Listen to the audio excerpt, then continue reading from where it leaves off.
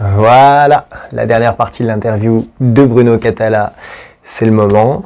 Si vous n'avez pas vu les deux premières parties, je vous mets un lien vers ma chaîne YouTube ici, normalement. Une fois que vous y êtes, n'hésitez pas, abonnez-vous, parce qu'il va y avoir d'autres interviews qui arrivent. Et pour en revenir à l'entretien, Bruno va nous parler de sa vie en tant qu'homme, en dehors du jeu et en lien avec le jeu. Et puis après, je lui ai réservé une petite surprise, c'est-à-dire que j'ai demandé à plusieurs interlocuteurs du milieu du jeu de lui poser des questions. Et là, vous allez avoir des annonces que je ne pensais pas avoir sur les futures sorties de Bruno. Donc il ne nous reste plus qu'à nous plonger dans la dernière vidéo.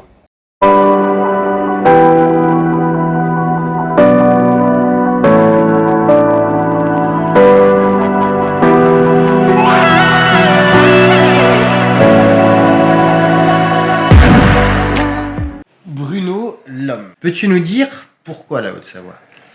Tout simplement parce que c'est ici que j'ai trouvé mon emploi. En fait, moi j'ai passé toute ma vie dans la région Rhône-Alpes.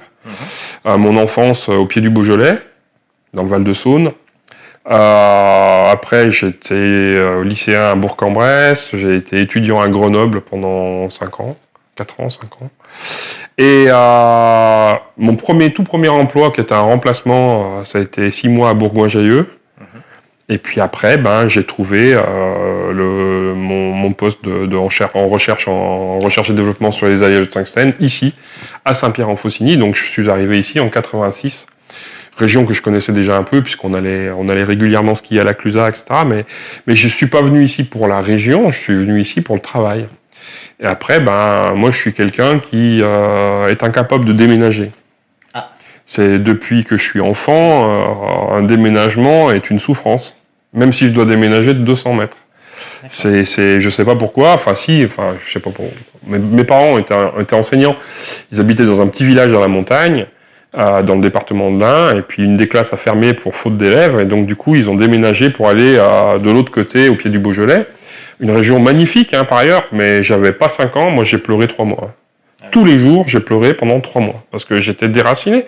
Et je pense que j'ai toujours ça en moi, c'est-à-dire que quand je suis à un endroit, même si je suis pas né ici, etc., mais j'ai besoin d'être à cet endroit-là, et puis j'ai besoin que quand je vais à la pêche, l'arbre et le rocher, il est toujours au même endroit, je sais pas. J'ai besoin de repères. Ouais, j'ai besoin de repères de ce genre-là, c'est débile, mais c'est comme ça, et donc du coup, déménager pour moi, c'est compliqué, très compliqué. D'accord. Donc je suis resté. T'as bien fait. Non, mais en plus, on est dans une région magnifique, voilà, bien polluée aussi, mais magnifique. Malheureusement, ouais. On y arrive depuis longtemps. La vallée la plus polluée de France, donc ne venez pas. Tu étais rugbyman, puis cycliste. Parle-nous un petit peu de ton parcours sportif et ce qu'il t'apporte. J'ai pratiqué le sport collectif pendant plus de 20 ans. J'ai joué au rugby de 15 à 35 ans tous les dimanches. Enfin, du moins, au début, en scolaire, puis en universitaire. Puis quand je suis arrivé ici le dimanche avec 1 ou 2 entraînements par semaine. J'ai joué avant au basket à un bon niveau. J'ai joué au foot en tant que gardien de but. Enfin, voilà, au handball, pareil, un gardien de but, tout ça. Mais moi, en fait, ce que j'ai aimé là-dedans, c'est le sport collectif, en fait. C'est l'équipe. C'est ce groupe. Et puis avec globalement plutôt un rôle de leader sur le terrain, en fait, mais j'ai mis longtemps à le comprendre. Je comprenais pas, en fait. Dans les clubs où je suis passé, souvent, au basket, au rugby, j'arrivais, et puis j'arrivais profil bas, quoi, tu vois, voilà, puis t'écoutes les consignes de l'entraîneur, et puis au 2e match, au 3e match, c'était Catala capitaine, mais moi je veux pas être capitaine, moi, pourquoi fais-moi pas chier avec ça, quoi, enfin, j'ai pas, et puis voilà, donc il semblerait, j'ai mis longtemps à comprendre que sur un terrain, manifestement, il y avait une sorte de leadership naturel qui se mettait en place, et que du coup, on venait me chercher pour ça, en fait.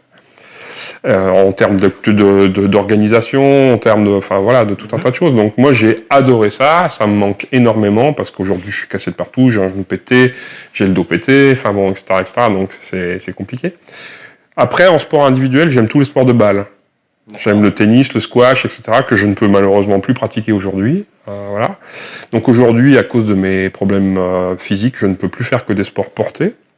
Donc il y a la natation, puisque tu es porté par la flotte, entre guillemets. Mais la natation, je déteste ça, quoi. J'ai horreur de ça. Jamais je me fais plus chier que dans une piscine, quoi. Encore, si je pouvais nager en mer, tu vois, ça serait autre chose. Mais ici, ben, la mer, elle est un peu loin. Et donc, du coup, ben, j'ai le vélo. Et effectivement, dès que je peux aller faire du vélo, je vais faire du vélo, du VTT, sous toutes ses formes. J'adore ça. Ça me permet d'être seul avec moi-même, ça me permet d'évacuer tout un tas de choses, ça me permet de réfléchir, ça me permet de me déstresser. Ouais, c'est un moment apaisant, ça génère une endorphine, de toute façon, le sport. Et je crois que je suis un peu addict à ça, quoi. Ouais, je crois que... Ouais. D'accord. Alors, Bruno, c'est aussi à Proximo. Ah ouais. Alors, mais quoi qu'est-ce? Mais quoi qu'est-ce? Alors déjà, depuis longtemps, je suis un amoureux du jeu de mots débile. Et puis plus le jeu de mots va être débile, et plus il va me faire rire. Et plus ça navre certains de mes proches, et finalement, plus ça m'amuse. Par exemple, Charles Chevalier est toujours dévasté par mes jeux de mots, parce que tu comprends, il fait partie de ces Parisiens qui... C'est un humour un peu vulgaire, le jeu de mots. Donc, ouais, tu vois, voilà. C'est moi... Charles, je t'aime. mais voilà. Et donc, du coup, un approximo, c'est quoi? C'est une image, en fait, qui doit te mettre sur la piste d'un jeu de mots débile. Par exemple, je vais en décrire une que les gens peuvent trouver sur Internet. Par exemple, si tu vois une olive qui va de liane en liane comme une sorte de Tarzan, le jeu de mots qui va avec, c'est l'olive de la jungle. Voilà, c'est ça. Un approximo, c'est ça. Hein, on avait dit que c'était débile, hein, mais voilà. Et donc, voilà. Imaginons des jockeys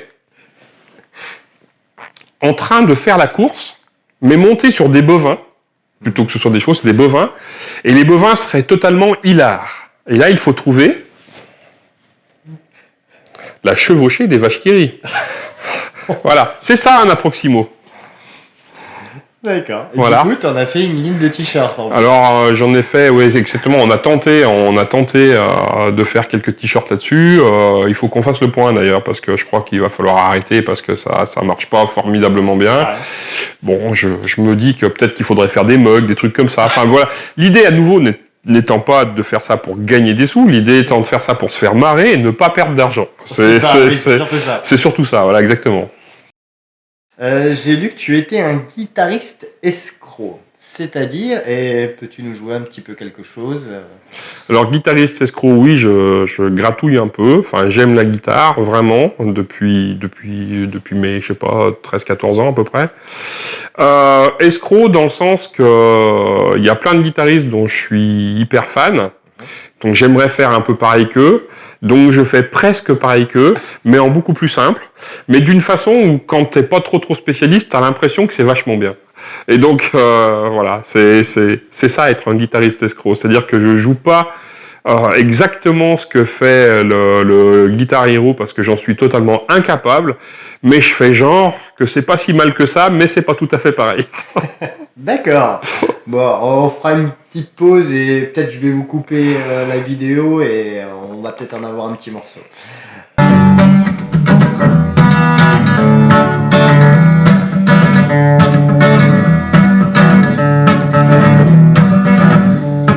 C'est notre amour à la machine. Faites-le bouillir pour voir si les couleurs d'origine peuvent revenir. Est-ce qu'on peut avoir à l'eau de Javel des sentiments à blancheur qu'on croyait éternelle avant.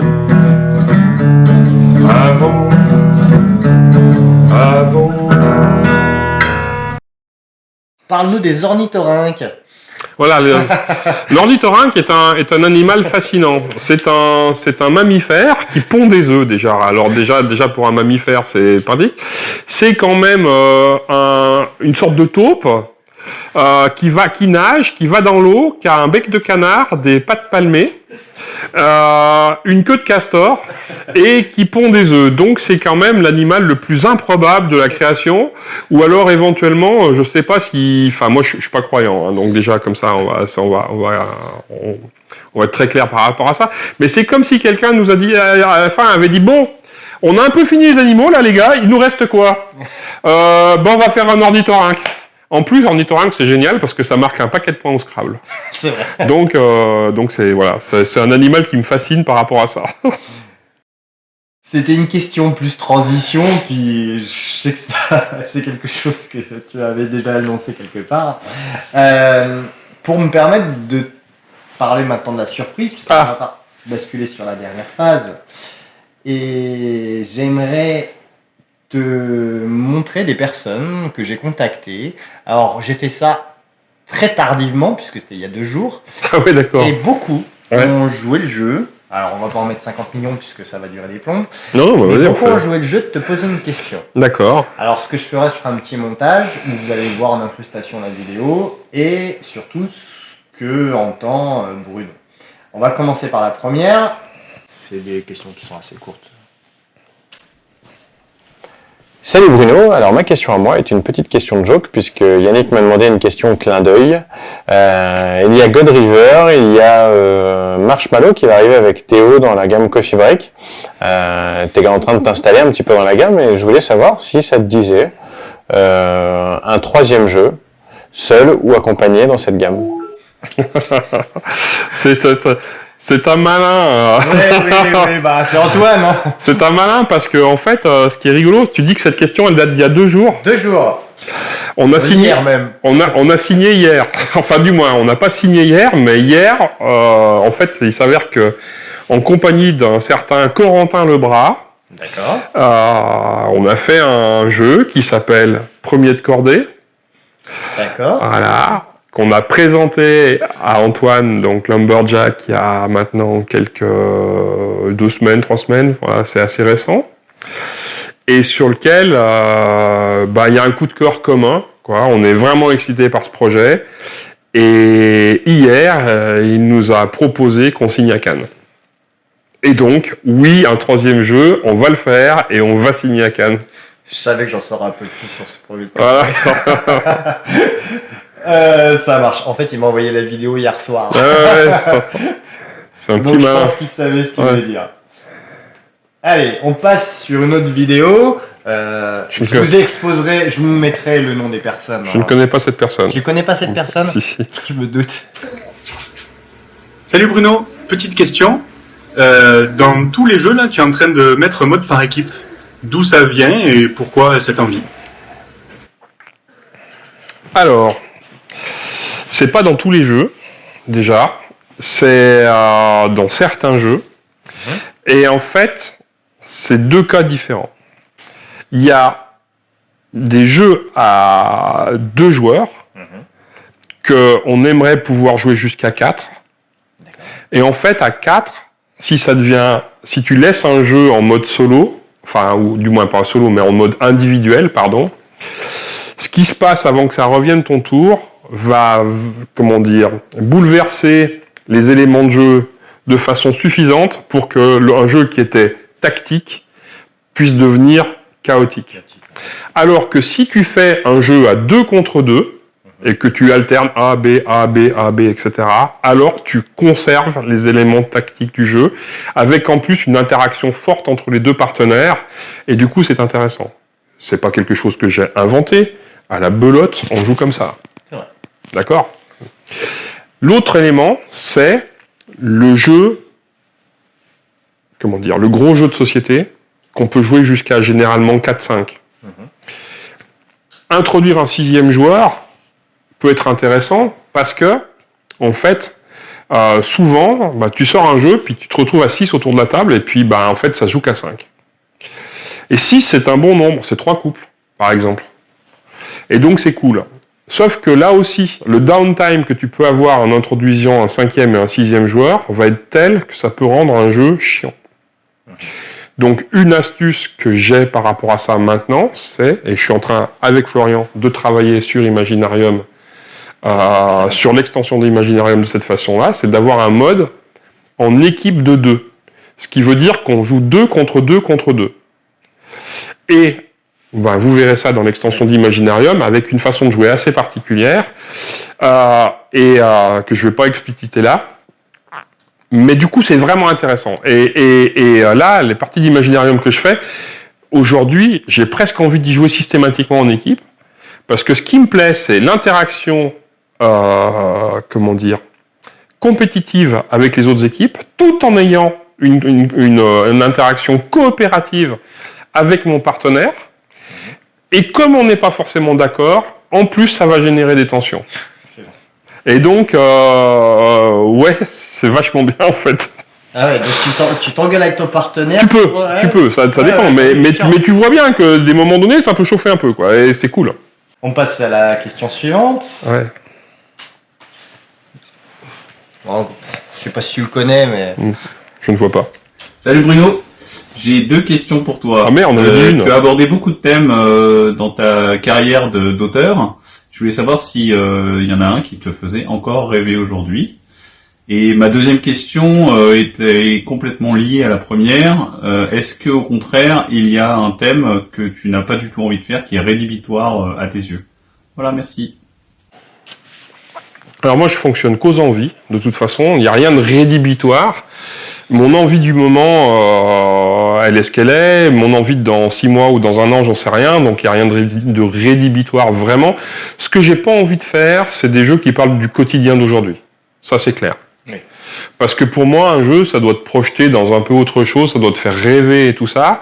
Alors on peut faire quelque chose de futuriste, mais faire quelque chose de réaliste par rapport à l'actualité et tout ça, ça m'intéresse pas. En tout cas, pas dans le monde ludique. Si c'est dans le cadre d'un jeu d'entreprise ou ou pour une association, par exemple, je sais pas, faire un jeu qui permettrait de sensibiliser les gens sur la cause écologique ou sur le changement climatique, etc., ça d'accord, mais pas dans un jeu pour le marché du jeu de société. Là, dans ce cas-là, ça serait pour un outil pédagogique. C'est pour ça que je fais vraiment la différence entre l'outil pédagogique et le jeu. Le jeu, pour moi, il doit te faire rêver, et voilà. Et à partir de là, est-ce qu'il y a des thématiques? Moi, j'ai une thématique de prédilection que j'ai déjà utilisée plusieurs fois, c'est celle du Far West. Donc voilà, moi, ça j'adore ça. J'y reviendrai peut-être ou pas, j'en sais rien. Moi, je rêve un jour de pouvoir ressortir Symphonie Loi, remis au goût du jour, etc. C'est mon premier jeu, c'est le premier jeu que j'ai créé. C'est Far West. À l'époque, il avait un peu, il n'était pas passé inaperçu. Mais graphiquement, j'ai jamais été content vraiment de la façon dont il avait été fait. Donc aujourd'hui, avoir l'opportunité de refaire ça autrement, j'adorerais, c'est sûr. J'enchaîne avec une personne que tu connais peut-être un peu moins. Qui est connu, si, je connais, connais un peu moins, il le dit lui-même. Ouais. Bonjour Bruno, c'est Philippe Tapimoquette. Alors voilà, il y a Yannick qui m'a demandé de faire une petite vidéo pour te poser une question. Et là pour l'instant, chaque fois que tu fais une démo, c'est super bien fait. Chaque fois que tu expliques un jeu, c'est super bien fait. Chaque fois que tu fais un jeu, c'est un très bon jeu. Et maintenant, ma question est, est-ce que ça t'est déjà arrivé de foirer une démo et nous raconter un petit truc croustillant? Voilà, donc je serais curieux de savoir. Merci. Bonjour Bruno, c'est Philippe. Alors, foirer une démo, non. Et pour une bonne raison, c'est que si ça paraît... moi, je suis très content d'ailleurs que Philippe et d'autres trouvent que mes démos et que mes explications sont claires. Et voilà, mais foirer une démo, non, parce que si je viens sur un salon avec des prototypes, c'est des prototypes qui pour moi sont terminés. Je viens pas avec des projets en cours, parce que je sais jamais qui sera autour de la table et quelle va être la capacité de la personne à comprendre que le projet n'est qu'à moitié de son développement et qu'il peut être totalement autrement. Donc je ne courrai pas le risque que ça parte en live sur Internet avec le dernier Catala, c'est de la merde, etc. Et on a le droit de le penser, mais au moins sur quelque chose que j'assume, je veux dire, c'est pas le problème. Et donc, ce qui veut dire que quand je me présente devant une caméra avec un jeu, ou quand je me présente sur un salon avec un jeu, c'est un jeu que j'ai déjà joué 50, 60, 70 fois. Je l'ai déjà expliqué 50, 60, 70 fois. Donc, à partir de là, j'ai un déroulé qui n'est jamais aléatoire. Je sais exactement par quoi je vais commencer. Mes petites conneries pour faire rire les gens, ça va être toujours les mêmes, etc. au même moment et tout ça, parce que c'est aussi pour moi une façon de capter l'attention. Donc c'est quelque chose qui est rodé. Donc quand je suis devant une caméra ou quand je suis sur un salon, il y a peu de chances que je foire ma présentation puisqu'elle est déjà rodée. Après, quand je suis avec mes amis, mes testeurs, etc., puis que là, je suis en amont, c'est autre chose. Mais là, on est en train de travailler, donc c'est quelque chose de différent. Et t'as pas eu Lydie, quelque chose de croustillant dans ce Non, mais t'as alors... pas eu une anecdote? Si, mais j'ai une anecdote, mais c'est pas sur la présentation d'un de mes jeux, c'est lors de la présentation. lors de la présentation d'un jeu, mais ça, c'est une anecdote de vendeur, puisque j'étais à ce moment-là en Suisse, à l'Astuce, à Carouge, et j'étais simplement vendeur le lundi après-midi, et tout seul, et il y a une dame qui arrive, elle prend la boîte d'Ispahan, et puis elle me dit, vous pourriez m'expliquer? Alors je dis oui, bien sûr, je prends la boîte, je la retourne, et je dis voilà, c'est un jeu qui va se jouer sur 3 semaines, parce qu'en fait, tu as 3 étapes qui représentent chacune une semaine, donc 3 semaines, elle me dit, oulala, je vous arrête tout de suite, parce que nous, déjà, des jeux de 15 minutes, c'est long, alors 3 semaines, ça va pas être possible. Et je l'ai regardé en me disant, c'est du second degré, mais pas du tout. Elle a vraiment pensé que le jeu allait durer 3 semaines, alors on est passé à autre chose. Oui. Encore une personne que tu dois à peu près connaître. Oui, je connais un petit peu, ouais. Salut Bruno, je me questionnais sur le fait que tu es peut-être l'auteur de jeu avec le plus de co-auteurs différents. Voilà, donc d'où te vient cette appétence, ou du moins comment tu expliques le fait que tu travailles avec autant de personnes différentes? Et je sais que des fois ça te fait un peu grincer les dents, mais ça te donne ponctuellement une image un peu de mentor. Moi je sais que notre relation de travail sur Nagaraja entre autres m'a permis d'apprendre tout un tas de trucs. Et voilà, je voulais savoir comment tu vivais aussi un peu ce fait d'être parfois considéré comme un peu le professeur ou le papa de pas mal d'auteurs de jeux. Voilà, je t'embrasse dans tous les cas, merci pour tout. Alors, la création, c'est un travail solitaire, on parlait tout à l'heure, etc. Le fait de travailler... Alors, j'ai souvent expliqué aussi que créer, c'était douter, et que douter à 2, c'est bien plus confortable que de douter tout seul. Donc, comme on fait des choix en permanence et qu'on n'est jamais sûr d'aller au bon endroit, partager ses choix, en discuter à 2, c'est aussi intéressant. Comment ça se fait que je travaille avec autant de personnes? Déjà, premièrement, c'est Bruno Feduti et Serge Laget qui m'ont mis le pied à l'étrier, où je faisais déjà des jeux tout seul, et en fait, ils m'ont pris, eux, comme co-auteurs. Et donc, du coup, j'ai commencé, en rentrant dans le milieu du jeu, à travailler naturellement à 2. Complémentairement, je viens de la recherche et du développement dans l'industrie. En recherche et développement, tu ne travailles pas seul. Donc, ce travail d'équipe, finalement, est quelque chose sur lequel j'avais aussi 18 ans de recul préalablement. Donc, là aussi, sans doute, il y a quelque chose qui est très lié, en fait, à mon expérience professionnelle précédente, dans la façon de travailler avec d'autres. L'autre chose aussi, c'est que, aujourd'hui, j'ai la chance d'avoir une visibilité, et j'ai beaucoup de jeunes auteurs qui viennent vers moi. Florian Siriex, c'est lui qui est venu vers moi. Théo, c'est lui qui est venu vers moi, etc. Donc, à un moment donné, si on vient vers moi et puis qu'on me dit « j'ai envie de travailler avec toi », c'est flatteur. Oui. Et puis, quand la connexion, elle se fait bien et que la personne est sympathique et puis qu'on commence à devenir amis et tout ça, oui, pourquoi est-ce qu'on travaillerait pas ensemble? Et oui, c'est avec plaisir. Et Théo est très sympathique de dire qu'il a appris de moi quand on a bossé sur Nagaraja, mais en fait, je peux faire un effet miroir. Quand tu travailles avec quelqu'un d'autre, tu apprends toujours de l'autre. Peu importe son expérience. Peu importe si c'est son premier jeu, etc., etc. Par exemple, sur Dragomino, qui va sortir, tiens, j'en ai pas parlé, qui va sortir cette année, qui est le King Domino pour enfants. Je suis allé chercher il y a 3 ans Wilfried et Marie Faure, parce que je les identifiais comme étant les spécialistes du secteur enfant en France, entre guillemets, et en travaillant avec eux, j'ai énormément appris, réellement, même si moi, ça fait 15 ans ou 18 ans que je suis là, enfin, peu importe. De toute façon, tu apprends toujours de l'autre. Moi, quand j'ai décidé de tenter de faire mes jeux, ce qui m'intéressait, c'était pas de faire un jeu, c'était de faire des jeux. Et en fait, il est assez communément admis qu'un écrivain, il écrit le même livre, le même roman, toute sa carrière. Et je suis assez persuadé que pour un auteur de jeu, c'est un peu pareil. Tu vas revenir, ton cerveau, que tu le veuilles ou pas, il va revenir dans sa zone de confort. Et donc, ça a été aussi pour moi une volonté de travailler avec d'autres, pour me faire secouer la tête, pour aller explorer des voies, des secteurs, des univers, dans lesquels je serais jamais allé tout seul. Et donc, du coup, c'est aussi, pour moi, précieux et une façon de durer et de m'installer. À un moment donné, aussi, un autre questionnement que je peux avoir, c'est je ne sais travailler que sur des jeux qui me font triper moi. Globalement, le joueur de jeux de société, il a entre 25 et 45 ans. D'accord ? Et puis, évidemment, il y a des gens qui continuent à jouer après, mais moins. Il y en a qui commencent à jouer avant, mais moins, etc. Mais globalement, la population, elle est là. Moi, chaque année, je m'éloigne d'un an du cœur de cible. Donc, le questionnement que je peux avoir, c'est à partir de quel moment mes propres envies vont être has-been.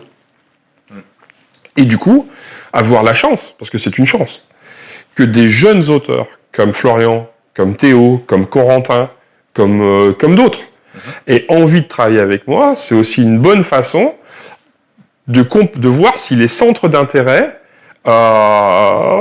convergent, et puis d'aller vers des univers dans lesquels je ne serais pas nécessairement allé naturellement. D'accord. Donc voilà, donc pour moi, en fait, je leur dois largement autant que ce que eux pensent peut-être me devoir, en fait.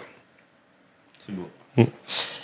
La dernière question, c'est une question qui n'est pas en vidéo, d'une personne. Elle va être un peu double. Tu vas devoir reconnaître la personne qui a posé la question et y répondre. Alors la question est très particulière, ce qui devrait t'aider.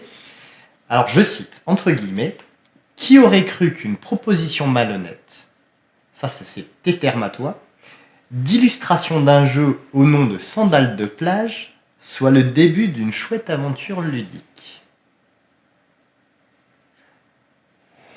Est-ce que tu te rappelles de ça ? Évidemment, là c'est Camille, c'est Camille Chaussy. Voilà, qui pose cette question de savoir en fait. En fait, Camille, je la rencontre au festival des jeux qui s'appelle Place aux Jeux, je crois, à Grenoble. Ouais. Alors, on me demande plus l'année, je sais plus. En fait, à cette époque-là, elle sort de l'école de Chambéry, une école d'illustrateur et tout ça. Son stage, son sujet de mémoire, elle a créé un jeu qu'elle a illustré. Parce que voilà, l'idée au-delà de la création, c'était quand même l'illustration, son sujet. Et puis, elle a commencé à se dire, est-ce que ce jeu, il est éditable, comment il est éditable, etc., etc. Donc, elle a commencé à faire le tour des boutiques de la région pour demander du conseil. Et à plusieurs endroits, on lui a dit, mais il faut que tu contactes Bruno. Et donc, elle a récupéré mes coordonnées, elle m'a écrit, et puis comme elle est grenobloise et que j'allais au festival Place aux Jeux à Grenoble, on s'est donné rendez-vous sur le festival. Et là, elle est venue, toute timide, avec son book, etc. J'ai vu son book et je suis tombé amoureux de son travail. Vraiment, tout de suite. Ça a été pour moi un coup de cœur, mais un coup de cœur pas pour elle, un coup de cœur. Après, il s'avère que c'est quelqu'un d'adorable, mais j'ai eu un coup de cœur pour son travail. Et du coup, j'ai présenté son travail à plusieurs éditeurs en essayant de voir si quelqu'un aurait envie de travailler avec elle et tout ça, etc. Et puis donc, elle est venue à Paris Ludique juste derrière. Là, je l'ai présenté à plusieurs éditeurs, bref, etc., etc. Mais il s'est rien passé à ce moment-là. Et en septembre, ou je sais plus à quelle période c'est, bref, il y a eu mais dans cette même période, il y a eu, comment ça s'appelle sur Trick Track ? C'est pas les Trick Track d'or, c'est... si, c'est les Trick Track d'or. Si, c'est... Non, c'est pas les Trick Track d'or, c'est un truc potache. C'est un truc potache, c'est le... Comment ça s'appelle ? Ah merde, bref. Il y a un prix, enfin, il y a un concours où les jeux sont face à face, la Trick Track Cup. La Trick Track Cup, voilà. Okay, donc un truc complètement potache, etc. Et cette année-là, Five Tribes est arrivé en finale contre Myrmes de Johan Levet. Ouais, je crois que c'est ça. Et du coup, en fin de compte, comme là, c'est totalement potache et qu'on fait ce qu'on veut, j'ai eu l'idée de singer, de caricaturer, en fait, un Kickstarter.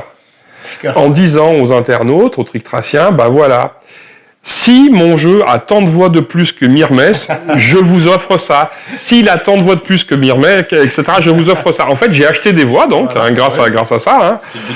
C'est le but de la Trick Track Cup, voilà. Et le stade ultime, c'était que si ça dépassait un certain nombre de voix, je ferai un jeu en print and play, D'accord. un jeu inédit en print and play, et s'il y avait encore plus de voix que ça, alors j'embauchais un illustrateur que je payais pour que le jeu soit illustré. Et on a gagné, du coup, enfin Five Stripes a gagné avec un nombre de voix suffisant pour avoir le jeu, mais pas l'illustrateur. Et pour autant, j'ai offert quand même l'illustrateur. Et c'est là où j'ai appelé Camille en lui disant, ben voilà, ce que je te propose, c'est ton premier contrat professionnel, entre guillemets, mais pour illustrer un jeu qui sera un print and play, par contre, je te paye. D'accord. Et donc, du coup, j'ai payé, j'ai assuré la direction artistique, du coup, et je l'ai encadré pour faire les illustrations de ce jeu qui s'est appelé Tong. Et voilà, et avec Camille, maintenant, c'est une grande histoire, puisqu'on a maintenant plusieurs jeux ensemble. Et encore un qui va sortir bientôt. Et Run, ça sera elle. Et puis voilà, donc c'est... Eh ben écoute, parfait. Eh ben, je te remercie du temps qu'on a passé, un peu plus long que prévu. Pas de soucis. Et puis, ben, bonne continuation. Et je me fais pas de soucis pour les futurs jeux qui arrivent.